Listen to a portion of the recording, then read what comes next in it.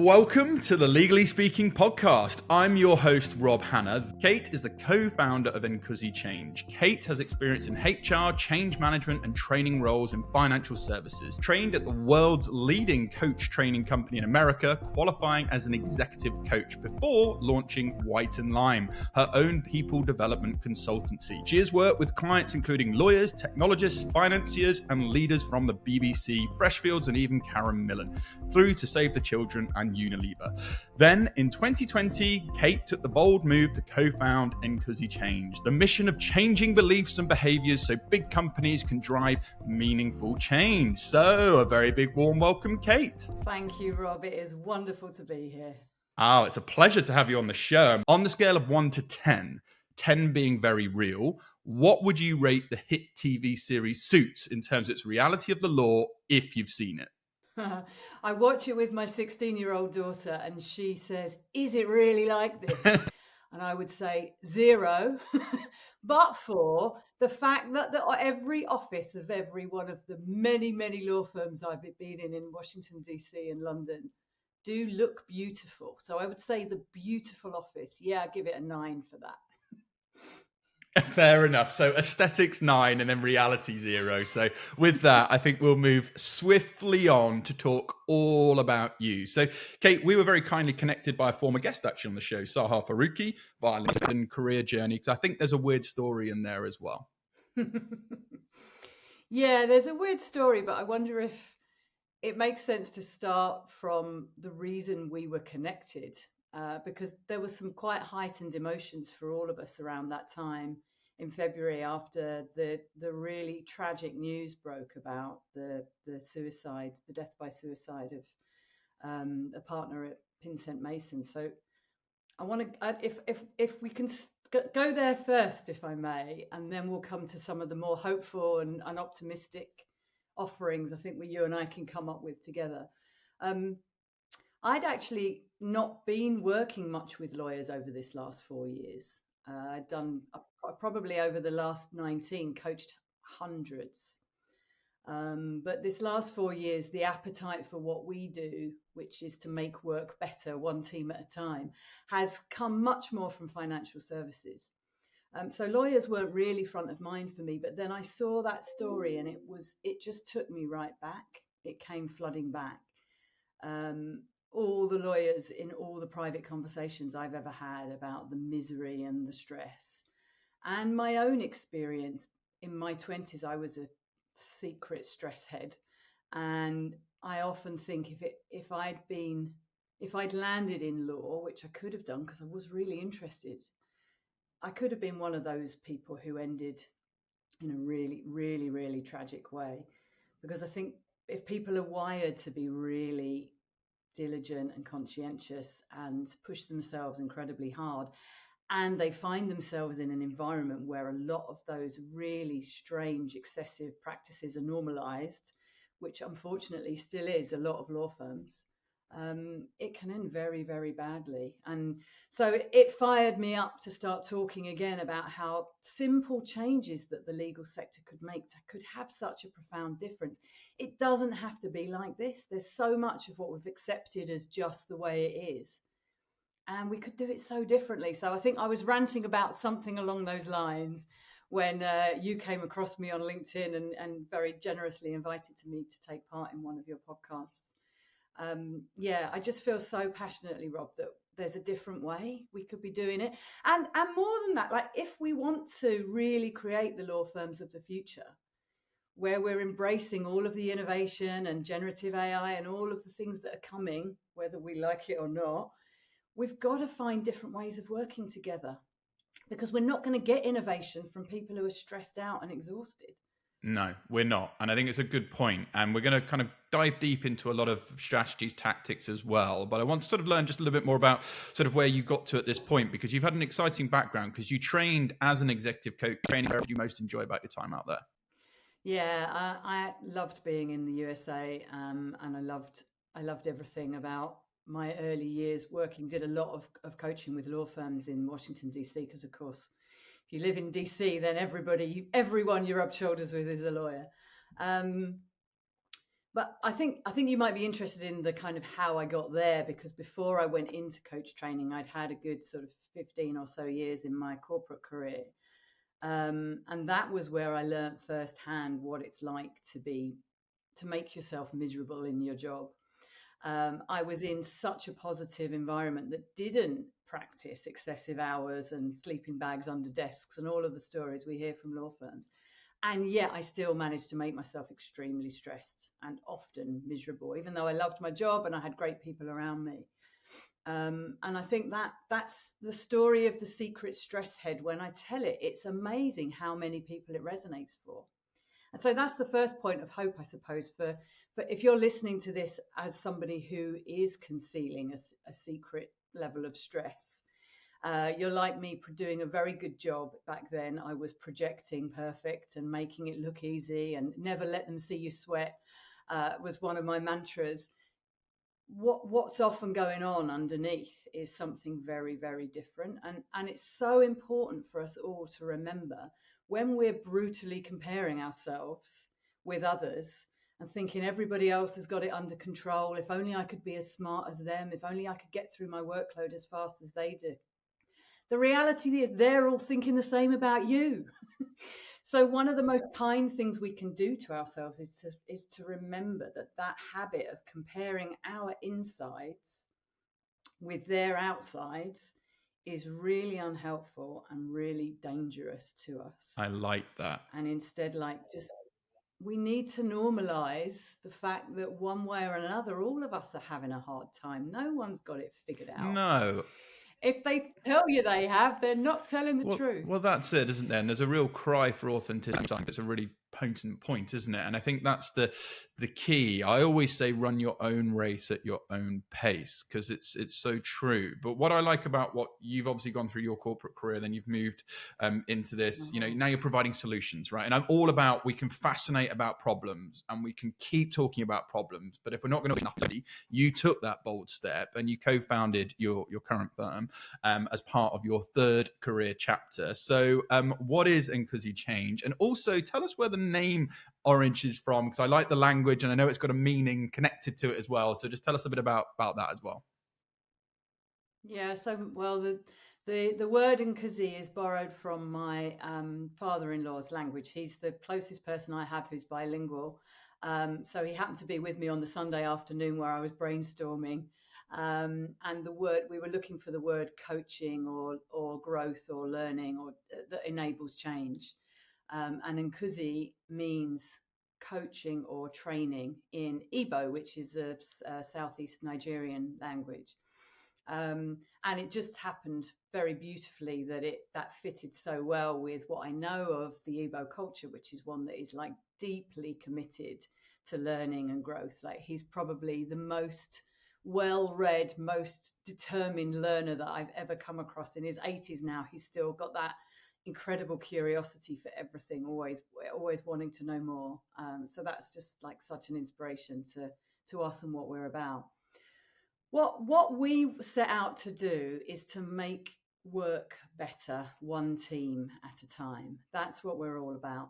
We see that big organizations could and can be the most incredible place to work, right? There's this intersection of global people, global opportunities, global thought leaders in big organizations. There could be like this rich learning environment where you get to collaborate with incredible thought leaders and to do your best possible work. And yet, for me and the people I've coached for the previous 17 years before I started it, and for my co-founders who've been through between them about 50 years worth of corporate experience, we saw that just wasn't the reality, that there are so many people stuck in quite miserable experience of corporate life, and how that then holds back the innovation and the change that organizations want to make. So, for example, one of our big findings is that at a personal growth level, the main blocker to success for individuals, and this is across 3,000 coaching sessions that we've had completed in the last 4 years, where we've been tracking the data on every single individual session, what comes up, what are the topics. what would you guess is the main barrier that comes up more commonly than any other barrier in terms of personal development? It's things like influence, communication skills, team working, career management. What do you think is the number one thing that comes up more than any other? Confidence. I've said that many a times. If I could bottle that up and sell it, you'd be a billionaire over. Well, that's exactly what we're doing, because we're getting outcomes like within a 6-month program, uplifts in confidence and courage by in the region of 30 to 40%. So, like, yes, you can bottle that and see what that does to your ability to embrace change, to overcome silos, to work with that team over there that we don't like that much, in order to create something new for customer experience, to push ourselves out of our comfort zone with technology. All of that starts with how I'm feeling about myself and the stories I'm telling myself about what I'm capable of, right? But whenever we present that data back to a big employer, the learning and development team are always flabbergasted, because of course nobody walks around with a t-shirt saying I'm working on my self-confidence, right? It just doesn't come up in the standard old ways of doing training needs analysis. So we're like just so excited to be leveraging technology and all the things that we're doing in data collection to be enabling organizations to get to the heart of what's underneath the blockers, what is really going on in what people believe about themselves and believe about the capability around them that is blocking or enabling change. Yeah, and it's a really good point. And I want to dive a bit deeper, safe enough spaces where, like you say, we can almost work on wearing a t-shirt saying, today I'm working on it. You know, we talk about finessing certain technical, or people hate the term soft skills, but this is the number one thing. If you're full of confidence, you're going to be full of energy and fully wanting to go out there and do it. But let's dive a bit deeper, because alongside your co-founders, you've obviously given us, you say, deliver successful transformational change, unlock capability, and upscale leadership with existing teams, and breathe fun, love that word, and purpose, love that word too, back into work. So why have you chosen these 3 areas specifically? Brilliant question. I mean, if you start from where most senior buyers start from when they come to us, right? Senior leaders generally, they're not necessarily concerned about culture or even well-being and making this a more joyous place to work. They're coming from a place of frustration about, why can't we get stuff done? Why is it so painful to execute any change? Why are things moving so slowly? Why do people seem to be resisting all these new technologies that we're offering? Why is there so much resistance or so much drag? That tends to be the starting point for most of the people who approach us. So coming at it from that point of view, what we aim to do is to get under the skin of those questions, right? By asking very, very open questions in our discovery process, where we want to answer, for this particular team or for this particular business unit. And that's very different from looking at the whole firm, because we always want to drive relevance by looking at what is the challenge in this particular area. For this particular business unit, what is it that's actually holding people back? Now, of course, senior leaders know generally a lot of the top line, but they don't necessarily have the wealth of data and the real richness and the flavor of the detail. So they may know, for example, that, there's legacy systems that are frustrating for our frontline people. Do they know that maybe 30% of their time is spent wasted on workarounds on those legacy systems? Probably not, because we all want to present a positive story to our senior leaders, don't we? We don't want to be the negative Nelly who's saying, oh yeah, do you realize this is taking up this much of our headspace? And we don't, it's just I think the more senior you become in organizational life, the harder it is to understand what's really going on. So the first thing we offer is that real insight into what is actually holding your people back, a level of depth. And then we are very disciplined in a structure of recommendations which narrow in to focus on no more than 3 behaviors that we can see will drive the change that matters to this entity. So if it's a growth agenda, for example, that's the big 3-year strategy that everybody cares about. What are the behaviors that are going to really unlock growth in this environment? And so it might be, for example, proactivity, courage, accountability. And then we build a program around those 3 behaviors, really carefully focused on driving those. And we do that leveraging the magic of one-to-one coaching, because that is where individual behavior change happens. People have to really be supported individually, met where they are, because everyone in your team will be in a different place on the journey, and that needs to be honored and worked with. But we bring it together in a program where everyone is having a collective experience. So they're coming together regularly to talk about, what does this mean for me? And what does it mean for us collectively? And how can we support each other to change? Because we all know, like, think about a behavior change that you're working on at the moment. I know for me, it's like trying to embed a walk at lunchtime in addition to my morning workout. If I talk about that to one of my colleagues, and they know that that's a really big part of what's creating me more productivity and energy in the afternoons, and I really want to stick to it, and they start asking me, how do you get on with that? Have you done your walk today? My ability to execute that change is exponentially higher, right? Because that's just how we all tick. We're all motivated by sort of team accountability. And so much of the stuff we need to do for ourselves to increase our energy and effectiveness at work is often like stuff that is too boring to chat about as a team. We wouldn't mention it to each other because we don't think there's a space for it. But when you get the team to have those conversations, it has this profound impact on everybody's ability to get better together. That is like really at the heart of our methodology and why it's so powerful.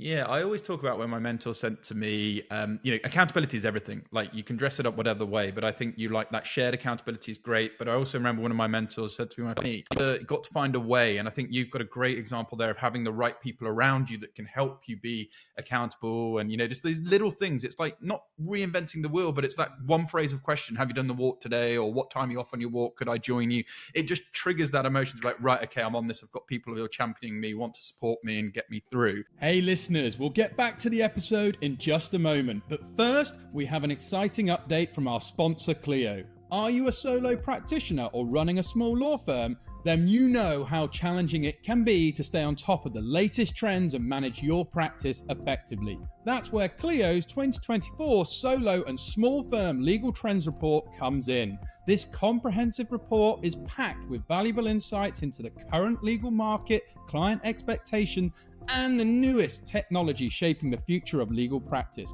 Whether you're looking to boost your firm's efficiency, improve client satisfaction, or grow your practice, this report has the data-driven strategies you need. And the best part, it's absolutely free. Don't miss out on this essential resource. Head over to Clio's website and download your copy of the 2024 Solo and Small Firm Legal Trends Report. Visit clio.com/UK/LTR to get your copy today. Stay ahead of the curve with Cilo, the leader in legal practice management software. Now back to the show. Let's talk about burnout, because everyone has their own typical chronicle overachievers, imposter syndrome. I feel everyone gets to a point of having some level of burnout. What are some of the common signs of burnout you've observed, particularly amongst maybe associates, senior associates, partners in firms? And you said you could offer hope, and you've touched on it before, to any tired lawyers who are out there listening in today. So what advice would you have for anyone suffering from overwhelm and burnout in the legal profession? Right. So the first thing is to know that you are not alone, that it really is the norm for, I think, all of us in any professional space. Well, if we care about creating great outcomes and excellence, there's always going to be days where it all just feels too much and unbearable and our heads is exploding. As one of a recent clients said to me, my head is exploding today. Like, that's normal. And it's okay. And it doesn't mean that you're failing. It doesn't make you bad or wrong. And if your colleagues look like their heads are not exploding, that just means they're doing a great job of covering up. It doesn't mean that it's not going on for them. So the first thing is to just normalize it. And I think all of us can have such a profoundly important role in changing workplace culture. However junior you are, I don't care if you're a trainee or a paralegal, if you can start asking more real questions and being more real in your answers to people about how you're doing today. We use a check-in question of how you're doing on a scale of 1 to 10, where 10 is fantastic and 0 is really not good at all, as a way of just getting a very quick read on the temperature in the room. And if anybody's like reporting a 5 or maybe even a 6, then there's a follow-up question, right? Anything you need from us today? And then maybe a follow-up conversation afterwards. I think anything we can do to start being a bit more real with each other and to break down some of the taboos that still exist in our very kind of conventionally patriarchal, quite toxic male environments about we all have to stiff up a lip, we have to pretend that we're okay when we're not. I've got a ton of other tips. What goes alongside normalizing it is also don't feel you have to fix it all for yourself. That would be my starting point, right? I think one of the things that adrenaline and cortisol, the stress hormones, do to us is they create a wall around us. They make us less pleasant to others. So I'm pretty sure that 90% of toxic behavior in law firms will be caused by stress. Ironically, it creates stress, and stress is the underlying cause. But when we can remember, even in those moments of real heightened tension, that I don't have to solve this all on my own. I've got a whole group of amazing people and resources all around me, and nobody said you had to figure this out alone. Don't make that rule in your head. It's never, ever going to serve you. And know that it's all right. Like when I started opening up, I was a secret stress head all through my 20s. And when I started to be more open about it, I was predominantly motivated by what I was recognizing I needed for myself, and my coach was pushing me to do. But to my amazement, I realized I was immediately having an effect on the people around me. Everyone else was going, oh yeah, I'm glad it's not just me. I'm like, oh wow, okay, like I could have had that useful effect a long time ago. Just the secrecy really doesn't help us. The other thing that I always say to lawyers, and I think this is so useful if you're still in your 20s and you're still learning all these habits, because my goodness, they get harder to unlearn as we get older, is treat the skill of workload management with as much emphasis and dedication as you treat the technical knowledge that you're learning in your legal discipline. I know how much you care about that. I see the hours that you put into the study of that, but you've also got to study the skills involved in workload management, right? The ability to, when you have that conversation in the elevator with somebody more senior than you who says, what are you working on at the moment? We all, when we're stressed and busy, we all go, oh, really busy, to that question. It's such a wasted opportunity, because there's an opportunity there to sell some success. Me and the team have just done this. We're so proud of ourselves. It went really well. That's critical for your career in law. It's also an opportunity to say, oh, we're really struggling.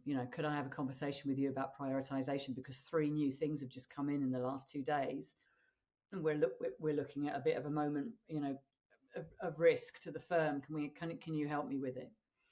And then I think, no matter how senior you are,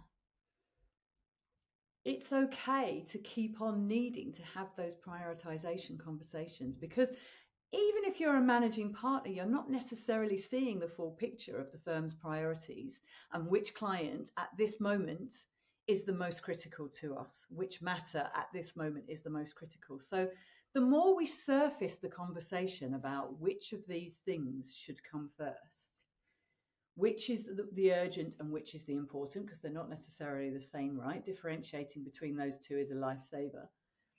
You're actually doing a favor when you're raising that question. Even if you get an initial response of irritability, doesn't mean you're not doing the firm a favor in asking the question and in pursuing it. Like, it is just a useful conversation to keep having. And nobody knows your workload as well as you do.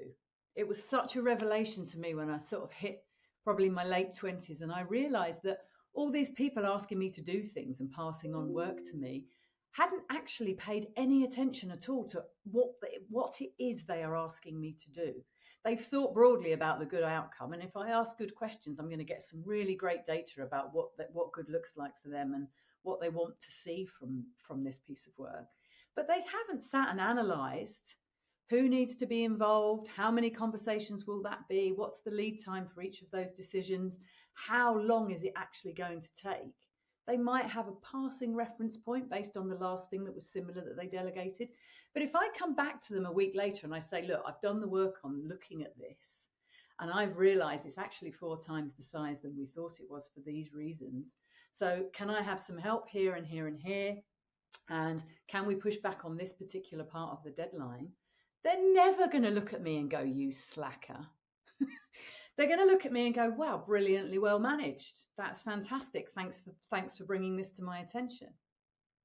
Yeah, I love that. There's so many learns in there. I think, the point I want to highlight is the normalization piece that you referenced. We do need to normalize this conversation, and through that education, it's so important, being able to communicate clearly. And then, like you say, once you've got information, like you just gave an example at the back end there, with information, just not sort of going in willy-nilly, you can actually have a constructive conversation to try and implement change, to try and manage things better. And I love the fact that you say, working on your technical skills, but working on your management. And it's so true, because, if you can really get your machine, AI is instructing humans to do projects. They can work 24/7, 7 hours a day and never burn out. That's fine. We're not wired like that. We're emotional. We have things going on. We have families. We have lives. And let's use this tech for good to balance a bit more of what traditionally was done. So, yeah, I think it's a really important point about that management question, because it's well discussed in the legal industry, as it sure is in many other industries. What are some of the common misconceptions about maintaining a work-life balance in the legal industry, in your opinion? Well, I think this is for humans universally. We all tell ourselves, I'm not going to work like this forever. I'm just going to wait until I get this next promotion, and then I will start paying attention to my work-life balance. And I think that is probably one of the most dangerous myths of them all. And I've worked with people at every stage, from trainee to senior partner in law firms, and that is such a common thing. Like, I put this off, and I've put it off because I thought once I turned this next chapter, once I achieved the next milestone, then I would get to the point where I would pay attention to it. And the reality is, the time is now. If you are subjugating your fitness, the quality of your sleep, your relationships, your health, any of those things, you are kidding yourself if you think that you are doing your best work. So stop that now. Work out how to do your best work, and it will accelerate your progress. It will not get in the way of it. That was my big learning, I think, when I came out of my years of overwork, was I thought the year that I turned 30 and I started making big changes, I thought this is going to be the year that I drop. My performance rating is going to go from excellent down to kind of, the good 60% blob that none of us driven people want to be in. I thought this will be the year that I'm good, and that's fine. My relationship with my husband is more important. My back and the quality of my sleep are more important for this year. What happened that year, 2004 it was, I can show you the paperwork, I've got the receipts, is because I had this amazing coach helping me figure out what really matters. What's the 20% of your work that's going to have the greatest impact, and find the confidence to ditch the rest. What happened with my performance that year is I actually moved up a notch into the outstanding box, the top 10% in my organization. So it's not about choosing between our well-being and our performance. It's about, these are the conditions we need to create for really optimal performance it's never about sacrificing our well-being. It might in the short term have some productivity gains to work crazy hours for a little burst, but in the medium to long term, it's never going to do our overall performance any good. Because if I'm a client, as I have been a client of Magic Circle law firms, do not give me the person who hasn't been to bed for 3 days. Thank you very much. Not only do they smell, but their thinking is completely warped. I want the person who's had a good night's sleep to be working on my case, because they're the ones who've got the brilliant insight and the creative solutions and the clever workarounds. And if we think we're doing our best work when we're exhausted and stressed, we are massively kidding ourselves. You can't kid a kidder. I was there for a long time, so I know what that looks like. Kate, how do you suggest individuals prioritize, and I emphasize the word prioritize because we've talked a little bit about this before, self-care, mental health amidst these sort of demanding work schedules, because there's just a priority client that's put the phone down, who's demanded X, Y, and Z? What do you do? Brilliant question. And it's so much about having the confidence to make the judgment call. Because I think when we are hardwired to be driven, ambitious people who really, want to achieve excellent outcomes, one of the traps that we can fall into is that we make everything really important and everything really urgent.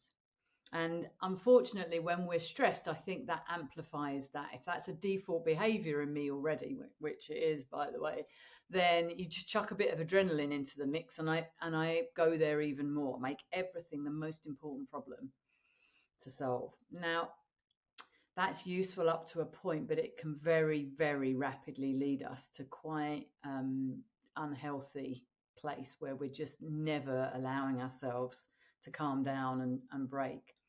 So the most successful lawyers I've seen are the ones who know how to be incredibly discerning about what is a genuine fire and what is something we can wait for. So if you've planned to have Sunday off with your family and you know it's really important for your energy levels that you just have a bit of time to do some exercise, get out in the fresh air and have a nice day off connecting with your loved ones, and then you see that email arrive in your inbox and it's labeled urgent from a very key client.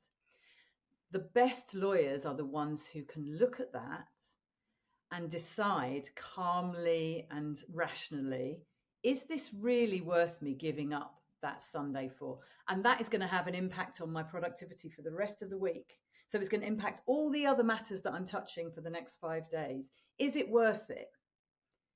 And it may be, sometimes it is, right? Sometimes there is genuinely enough cause for us to say, really sorry, everyone, I've got to completely change my plan for the day. I've got to attend to this for the next 4 or 5 hours. That might be the answer, but it won't always be the answer. And what I learned about myself when I was recovering from stress is that all too often I would take the client's demand at face value. I would make it the truth that it had to be attended to that day, when actually just because somebody else is saying this is urgent, they might not mean it needs to be dealt with today. They might have a language that is, it needs to be dealt with urgently in this week. Or it might be that they need some urgent reassurance, which actually only takes me 15 minutes to think about, send them a voice note and say, honestly, we're on this. The team are on it. We're going to be able to give you all you need from tomorrow. You're going to hear from me at this time on Tuesday. Just calm it all down and put it away. It doesn't have to be something we subjugate our own needs for. So it's that piece, I think, is like the ability to take a step back and say, does this really matter? And how much? How much are we prepared to sacrifice for? The other piece that's really important, which is related to that, is to take the recovery periods where you possibly can. I think often seniors in law firms are completely oblivious to the fact that the juniors won't say when they've come, you know what it's like when you've come to the end of a really intense matter, maybe it's been going on for 2 or 3 weeks and everybody needed to pull out all the stops and absolutely go for it. And there was day after day of really long hours. And then the juniors find themselves in a week where suddenly there's hardly any demand on them at all. what happens in that week? And honestly, I've been in so many private conversations where they've admitted to me they just hang around the office out of bad habit because they haven't got the confidence to say, is it all right if I go to the gym? And actually, I'm going to cut early today because I haven't seen my mum for 2 weeks and I want to go and see her at 4 o'clock. And what I say to them in that situation is, if there's no need to be there, nobody cares. Don't stay there just so that you can look like you're there. Get out, catch up on your sleep, do your laundry, go see your mum. Because when you're back in the thick of it next week, you'll be so much better able to give your best because you've taken that time. So we kill ourselves with stress because we don't take the recovery. It's not necessarily the stress itself. It's the unrelenting nature of it. So that means you have to have the courage to say, this week is a quieter week for me, so I'm going to be gone by 5. And let people raise their eyebrows at that in envy because they didn't think of it themselves when they were at your level. It doesn't necessarily mean it's not the right thing to do, right? Well, I was always taught there's power in the pause, right? So Yes. the batteries to where they need to be. You're going to be far better off than continuously operating at sort of 25% because you're still just chugging along, right? So you need to give yourself the chance to do that. But you made a good point about it comes down to communication. Because if you can articulate, and there's information and you can evidence-based back, look, I've been working on this for 3 weeks. I've done this delivered. You've signed this off. You've been very happy with what I've produced. This week is looking a little bit late. I don't think you're not getting into office politics. You're getting into, I want to maintain my best standard for the firm and operate at my best. And sort of, I want to work within the parameters. So yeah, I really like the way you sort of phrase that. And I really like the point around urgent reassurance, because again, if you can have people that can give you that, then it just makes things fall flat, and so much worry and so much stress and so much leadership is due to poor communication. So I think you've given some really good examples throughout this podcast of how you could do that. I want to, before we look to try and close, talk a bit about cultural differences, because have you seen differences in approaches to work culture between London and Washington firms? And if so, what are they? And as you probably know, there's a growing trend of US firms growing in penetrating the London market culture. Yeah, it's really interesting because it wasn't what I expected at all. Because if you talk to London lawyers about the US firms, they will all tell you they're much more demanding, much more cutthroat. That was not necessarily my experience when I talked to the seniors in DC. A lot of them were recognizing that the problem of lawyer burnout and suicide was becoming derailing to their effectiveness, and they genuinely did have an appetite to change. And some of the most interesting work I did was with firms where they'd set up this desire to change and to be less demanding, but the lawyers didn't believe it, and they wouldn't go home at a sensible time, and there was almost like it can't be acceptable, so I'm going to carry on. And that, I think that I have seen echoes of that in lots of different environments globally. The other thing that I think is really important about organization culture is it can be very, very different within a firm, right? Because every firm has its macro culture, what it desires it to be, what it sets out overall. But the reality of life as a lawyer is actually determined by the micro culture, the local environment. So we say to the firms we work with, you've got as many different cultures as you have senior associates or line managers, because it's really that, my entire experience of what it's like to work at this firm, or at least 80% of my experience as a lawyer, is determined by the people who are giving me the work and the people who are either supporting and encouraging and enabling me, or making me feel dreadful about myself, depending on the way they respond and the way they interact with me. And I think that offers hope. So for say a relatively junior leader listening to this in a law firm, maybe a line manager, a senior associate, who you might be very frustrated with the overall culture of your firm, and you may be looking at it as dysfunctional and not working. But I would say to you, there is so much you can do to make a difference to the people who you are influencing. We all create the culture around us. We are all culture creators, and just by upping the level of human connection and interest in the people around you, you will make a profound difference. You don't have to wait for the firm above you to make those changes. You can do it yourself. And I've seen so much evidence of that in the teams we work with. So, I think the problem about talking about culture in the biggest sense, whether it's national culture, like where you started with the question, or whether it's the culture of a huge big firm, is it can make us feel a bit helpless. It can be a bit like, oh, well, it's always been like this. There's nothing I can do. I'm never going to change that. But I think there is so much we can all do to increase our positive influence on the colleagues around us. And that's very much at the heart of the latest innovation we've had in terms of how we work with teams of just as few as 5 people at a time are going through what we call our culture sprint experience, where we amplify the positive change that group can make for itself without necessarily needing to wait for the organization around them to be committed to those changes. There's so much we can all do. Yeah, and that's the point. I always say everyone has a voice. I made a reading about human connection because I've been saying it for time and time and time. We're no longer in this B2B world or B2C world. We're in this H to H world, which is human to human. So you're collaborating with stakeholders, whether they're clients, whether they're internal employees or colleagues. We're all humans. And, the more we get down with that, rather than sort of look at things from the other lenses of truth. Let's finish, Kate. I've really enjoyed your insights. You've shared some really important points that hopefully are going to help people out if they might be finding themselves struggling or in high pressure environments or feeling like they're burning out, and some practical and tactical tips, which is what we're all about on the show. But what would be your final words of wisdom for those looking to take their first steps to finding a career coach or consultancy coach? Great question.